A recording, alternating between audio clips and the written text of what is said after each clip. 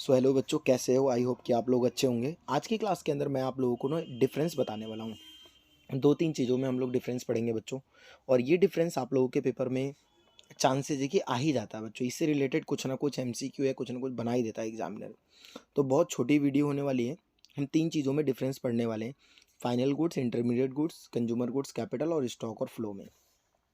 तो एक बार ध्यान से देखिए बच्चों की क्या क्या चीज़ें, ताकि अच्छे से रिकॉल हो जाए सारी चीज़ें। ये है बच्चों यहाँ पे कुछ चीज़ें।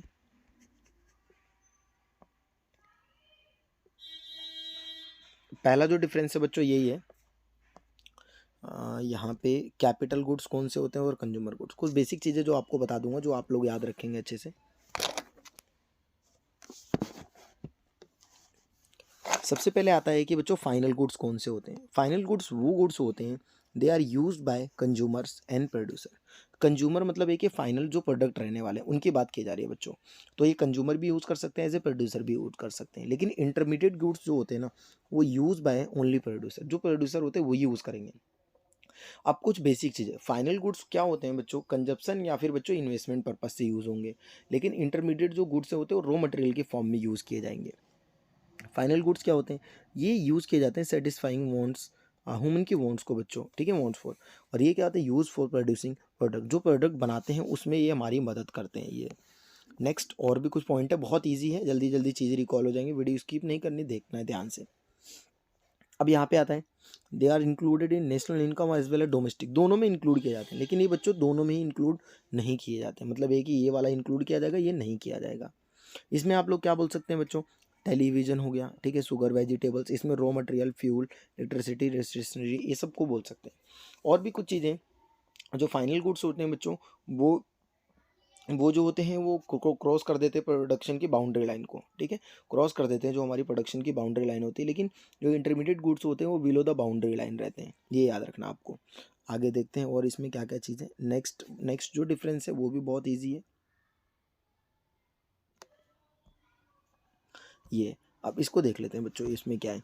कंज्यूमर गुड्स जो हम लोग कह रहे हैं कि this goods are use by consumer, this goods are use by, ये गुड्स कौन किसके थ्रू यूज़ किए जाएंगे? एज ए प्रोड्यूसर के थ्रू। कह रहे कि these are used for satisfying human wants, these are producing goods, these are goods may be durable और नॉन ड्यूरेबल। ड्यूरेबल वो होंगे जो चलेंगे, नॉन ड्यूरेबल जो जब इजीली जिनको हम स्टोर नहीं कर सकते, ये चीज़ें।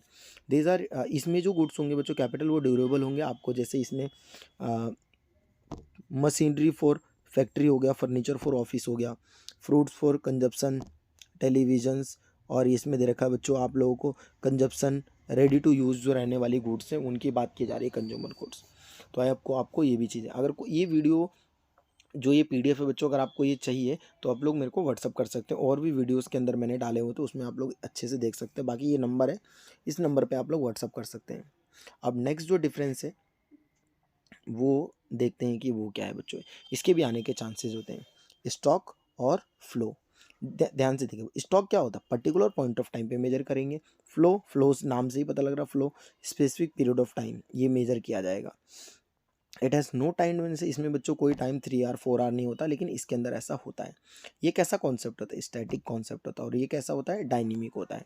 जैसे water in tank, capital wealth, water in river, capital formation और इनकम। ये चीज़ें क्या हैं हमारी? ये जो आप लोगों का रहेगा स्टॉक और फ्लो। तो ये तीन चीज़ों में डिफरेंस आपका 4 से 5 मिनट के अंदर इजीली याद हो सकता है। बस आपको ध्यान से देखना है कि ये चीज़ें हैं, और लिख भी सकते हो इन सब चीज़ों को, ताकि अच्छे से क्लियर हो जाएगा सब चीज़ें।